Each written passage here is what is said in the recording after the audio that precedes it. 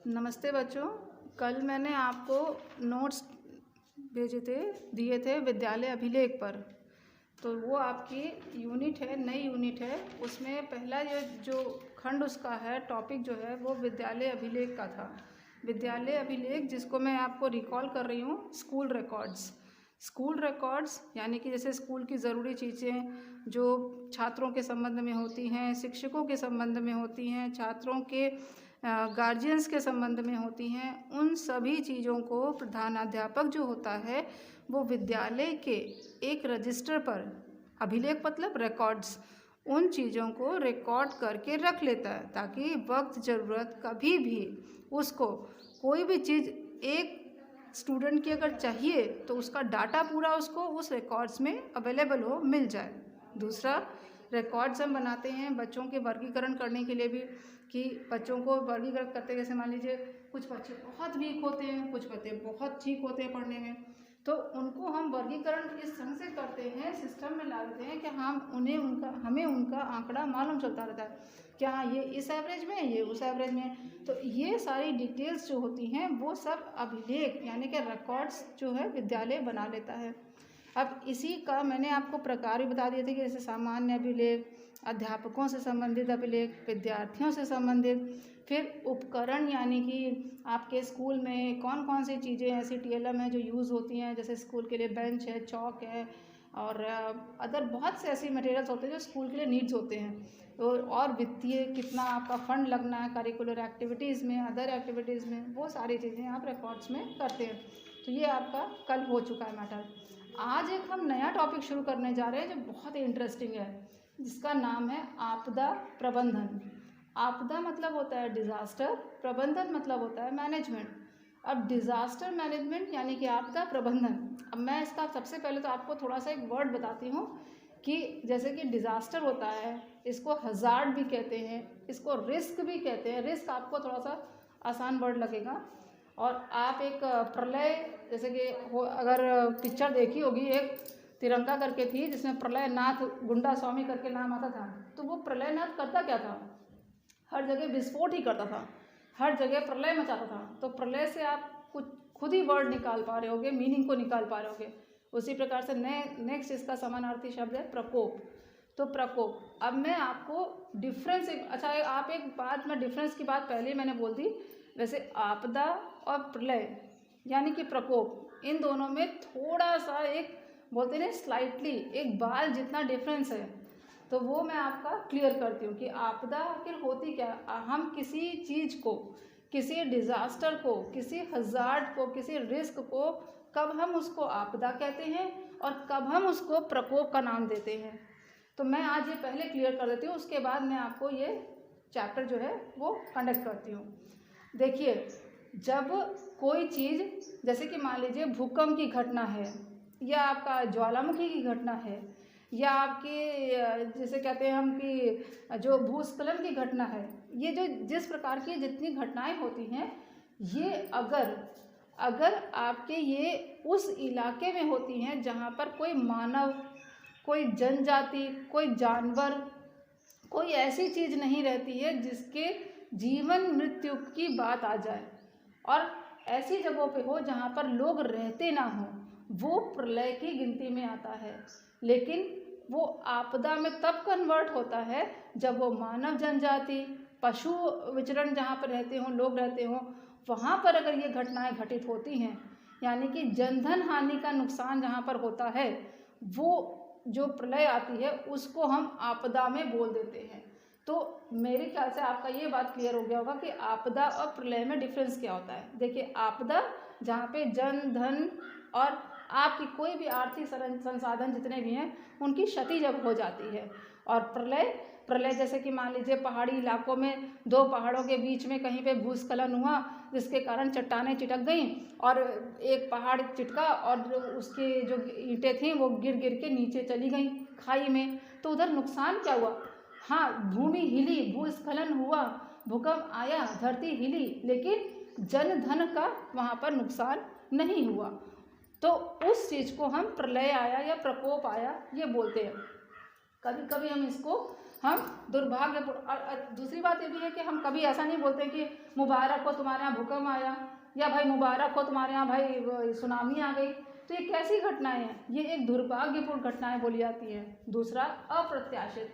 अप्रत्याशित कहने का मतलब सॉरी, जिसका हमें पूर्व ज्ञान नहीं होता। जैसे कि हम कहते हैं ना कि हमें इसके बारे में, जैसे अभी मौसम विभाग वाले हैं, आपको 2 दिन पहले या हफ्ता भर पहले इसकी सूचना दे सकते हैं कि हाँ संभवतः तूफान आने की आशंका है, लेकिन ये कहिए कि 2 महीना पहले आपको बता देंगे कि 2 महीने के बाद भूकंप आ सकता है, तो ये संभव नहीं है। और ये सारी चीज़ें हमारी, जैसे हम कहते हैं भूकंप है, भूस्खलन है, ये कई चीज़ों में बांटे जाते हैं। एक तरीके जैसे कहते हैं ना कि एक होता है हमारा ये प्राकृतिक आपदाएं होती हैं, दूसरी होती है हमारी अपनी ये मानव निर्मित आपदाएं होती हैं। तो प्राकृतिक आपदाओं में कौन सी आती है, मानव निर्मित में कौन सी आती है, ये मैं आपको अभी बताती हूँ। और सबसे पहले आप ये देखिए कि ये आपदा प्रबंधन जो है ये कब से मनाया जाने लगा था। ये 29 अक्टूबर को राष्ट्रीय आपदा न्यूनीकरण दिवस मनाने की घोषणा की थी। किसने की थी? भारत सरकार के आपदा संबंधी मंत्रालय ने। ठीक है, अब हम आपको इसको बताते हैं कि आपदा प्रबंधन कितने प्रकार से होता है, कौन कौन से इसके प्रकार होते हैं। एक प्राकृतिक होता है, एक मानवीय होता है। प्राकृतिक में कौन कौन से होते हैं और मानवीय में कौन कौन से होते हैं, वो मैं आपको बताने जा रही हूँ। ये हम लोगों ने आपदा जो है उसको 2 भागों में बांटा है, एक प्राकृतिक आपदाएं और दूसरी मानवीय आपदाएं। सबसे पहले हम प्राकृतिक आपदाएं जो हैं वो डिफाइन करते हैं। देखिए मैंने जैसे पॉइंट्स बना दिए हैं, पॉइंट्स बने हैं कि प्राकृतिक आपदा कितनी प्रकार की होती है और मानवीय आपदाएं कितनी प्रकार की होती हैं। प्राकृतिक आपदा में सबसे पहली आती है भूगर्भिक आपदा। भूगर्भिक मतलब होता है भूमि के अंदर से घटित होने वाली आपदाएं, जैसे कि भूकंप का आना, ज्वालामुखी का फटना, भूस्खलन का होना। भूस्खलन, ज्वालामुखी, जब अंदर से चट्टानें जो होती हैं वो आपस में टकराती हैं तो इसके कारण से, और एक जो घर्षण पैदा होता है उसके कारण ज्वालामुखी और चट्टानों के टकराने के कारण भूस्खलन की क्रिया जो होती है वो क्रिएट होती है। इसे हम भूगर्भिक आपदाओं के नाम से जानते हैं। अगली है हमारी जलीय आपदा। जलीय आपदा जो जल में उत्पन्न होने वाली है या जल के कारणों से उत्पन्न होने वाली, जैसे कि अधिक बारिश का, अधिक जल का हो जाना यानी कि बाढ़ आ जाना, बिल्कुल ना होना कि जितना खेतों को ज़रूरत है, जितना किसानों को भूमि के लिए ज़रूरत है, बारिश हुई नहीं, भूमि को उतनी ज़मीन को पानी नहीं मिल पाया तो क्या हुआ, वहाँ पे सूखा पड़ गया, ये जलीय आपदा। फिर इतना ज़्यादा, जैसे कि होता नहीं कि एक पृथ्वी के एक जो हमारा जो एक केंद्र होता है बीच का, जिसको हम भूकंप जैसे बोलते हैं, भूकंप जो जहाँ से मतलब पैदा होता है, घर्षण जहाँ से पैदा होती है, तो वो जो घर्षण पैदा होती है वो जिस तल को टच करती है, जिस तल को छूती है, कहने का मतलब है जैसे कि मान लीजिए पृथ्वी के उस घर्षण को, यानी कि जो भूकंप पैदा हो रहा है या जो कंपन पैदा हो रही है वो अगर स्थलीय तल को छूती है तो भूकंप आ जाता है। लेकिन अगर वो जलीय तल को छूती है, यानी कि जैसे मैंने सागर के पानी को छूती है, समुद्र के पानी को छूती है, पानी के तल को छूती है, तो वो क्या होता है, वो सुनामी नाम से जानी जाती है, क्योंकि वो ऊंची ऊंची लहरें उठने लगती हैं और वो लहरें इतनी मतलब कंट्रोल से बाहर हो जाती हैं कि वो वहाँ की जितनी भी आसपास की चीज़ें होती हैं उनको बहा के ले जाती हैं, जिसको हम सुनामी के नाम से जानते हैं। तो ये भी क्या हुई, प्राकृतिक आपदा। अगले हम आते हैं जैसे बोलते हैं मौसमी आपदा। मौसमी आपदा जो मौसम पर डिपेंड होती है कि ग्रीष्मकालीन जैसे तूफान आ जाता है, एकदम गर्मी में एकदम भयंकर तूफान का आ जाना, सर्दियों में एकदम भयंकर तूफान का आ जाना, जिसके कारण पूरी तबाही मच जाना, जंगलों का तबाह हो जाना, जंगलों से पूरे मतलब एकदम जंगल पूरा मिट जाते हैं, वहाँ से पानी एकदम भागता है तूफान के कारण, जो कि पूरे गांव को, बस्तियों को लेके चला जाता है। दूसरा, जंगल में आग का हो जाना कि इतनी ग्रीष्मकालीन जो तूफान आता है, भयंकर गरम गरम हवाएं चलती हैं, उसके कारण जंगलों में आग लग जाती है, जिसके कारण भी बहुत नुकसान होता है। ये सारी जो आपदाएं होती हैं ये हमारी मौसमी आपदाएं होती हैं। अगला हम बढ़ते हैं स्वास्थ्य संबंधी आपदाएं। स्वास्थ्य संबंधी आपदाएं क्या होती हैं, जैसे कि मान लीजिए बहुत बारिश आ गई, खूब बाढ़ आ गई, पानी एकदम भरा हुआ है, उसको निकालने का सिस्टम नहीं कोई बन पा रहा है, तो वो पानी जो वहाँ पे पड़ा जिसके कारण लोग बहुत ख़त्म हो गए हैं, मर गए हैं, उनकी डेड बॉडी वहाँ पे सड़ रही है, तो वो जो सड़ रही है जो डेड बॉडी, वो क्या करेगी, वो कीटाणु पैदा करेगी। उन कीटाणुओं के कारण महामारी पैदा होगी, जिसके कारण कई बीमारियां उत्पन्न होती हैं, जिसके कारण लोग बीमार हो जाते हैं और उसे स्वास्थ्य पर उनके असर पड़ता है। दूसरा, ज़्यादा बारिश हो गई, फसलें पड़ी पड़ी सड़ गई, जिसके कारण फसलों में कई रोग उत्पन्न हो जाते हैं। तो ये कौन सी बीमारी हो गई, ये स्वास्थ्य संबंधी आपदाएं हो गई। ठीक है, उसी प्रकार से अब हम मानवीय आपदाओं की तरफ बढ़ते हैं। मानवीय आपदाएं कितने प्रकार की होती हैं, 2 प्रकार की होती हैं। मानवीय आपदाएं जैसे कि हम कहते हैं कि मानव के द्वारा किए गए क्रियाकलाप, ठीक है, मानव के द्वारा किए गए क्रियाकलापों के कारण कोई अगर डिजास्टर आ रहा है, कहने मतलब आपदा आ रही है, तो वो कौन सी आपदा कहलाती है, मानवीय आपदा। अब जैसे आप कहेंगे कि मानव कौन होगा ऐसा जो खुद चाहेगा कि हाँ हमारे ऊपर आपदा आ जाए और उसके लिए वो कार्य भी करेगा। तो ऐसे हमारे यहाँ कई कार्य ऐसे हुए हैं, जैसे कि मान लीजिए हम कह सकते हैं कि जब कोई परीक्षण होता है, आपने सुना होगा ये जो पोखरण परीक्षण हुआ था, तो वो भी भूमि के अंदर ही हुआ था। तो उस प्रकार से ही जब कोई हमें चट्टान गिरानी होती, कहीं पर ज़मीन का पुल बनाना होता, बांध बनवाने होते, और उस बांध को बनाने में उस भूमि के बीच में कई बड़ी बड़ी चट्टानें, टीले ऐसे आते हैं जो अपने आप हटाए नहीं जाना संभव होता है, तो उनको हम नीचे माइस और बम फिट करके उनको हम हटवाते हैं या तोड़ते हैं, चट्टानों को गिरवाते हैं।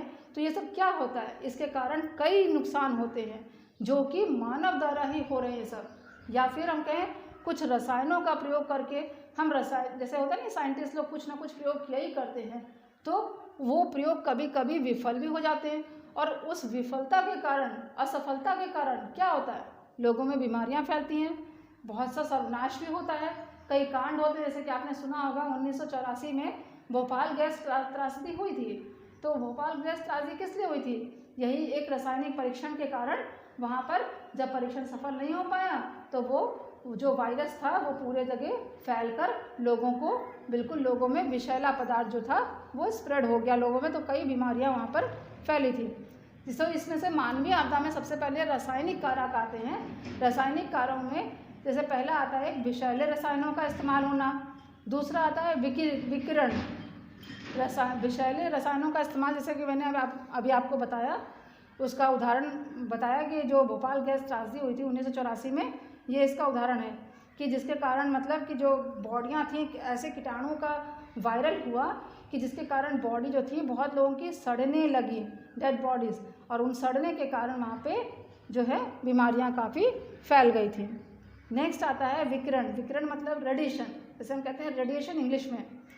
इसमें क्या होता है कि इसके इस्तेमाल से लोग जैसे बोलते हैं ना कि कुछ ऐसे रासायनिक इस्तेमाल जिनको हमें करना ज़रूरी है, जैसे कि कुछ फसलें होती हैं जिनको फसलों में वो रसायन ना डाला जाए तो कीटाणु लग जाते हैं बोलते हैं, तो हम उन रसायनों का प्रयोग करने लगे। या फिर हमें सब्जियां या कोई फसलें हैं वो जल्दी जल्दी चाहिए, तो उनको हम जल्दी जल्दी उत्पन्न करने के लिए रसायनों का प्रयोग करते हैं। लेकिन जब रसायन थोड़ा ज़्यादा हो जाता है या कोई उसका जो जितना पदार्थ मिलाना चाहिए उससे थोड़ा अधिक क्वांटिटी में अलग हो गया, तो क्या होता है, वो स्किन डिजीज़ देता है, त्वचा रोगी संबंधी जो होते हैं वो बीमारियां दे देता है। तो ये हमारा विकिरण में आ जाता है। अब हम नेक्स्ट आते हैं मानवीय आपदा वाले में, भौतिक कारक में। भौतिक कारक कौन कौन से, जैसे हम कहते हैं भूकंप। अब आप कहेंगे भूकंप जो था हमारा प्राकृतिक भी था, मृदा अपरदन, भूस्खलन, ये आप कहेंगे कि प्राकृतिक भी था। लेकिन प्राकृतिक होता है जो अपने आप होता है, मानवीय जो लाया जाए। भूकंप यानी कि बहुत से ऐसे परीक्षण करने पड़ते हैं हमें जो कुछ प्राप्त करने के लिए, कुछ खुफिया चीज़ों को इकट्ठा करने के लिए, एक लड़ाई झगड़े में जैसे बोलते हैं कि अपने को बचाने के लिए, सुरक्षा के लिए, बहुत सी चीज़ों के लिए हमें ऐसी चीज़ों का, कुछ ऐसे बम का यूज़ करना पड़ता, कुछ ऐसी चीज़ें बनानी पड़ती हैं देश की सुरक्षा के लिए, जिनके कारण हमें ये जो प्रयोग हैं ये करने पड़ते हैं, जिनके कारण भूकंप का आना, मृदा अपरदन, भूस्खलन का होना, ये सब किस में आ जाता है, ये भौतिक कारक में आ जाते हैं। ठीक, ये आपका आपदा प्रबंधन है। और इसके जो नोट्स हैं, जो PDF है वो मैं आपको सेंड कर दूँगी। ये एक्सप्लेनेशन पार्ट था जो मैंने आपको समझा दिया है। Okay, thank you.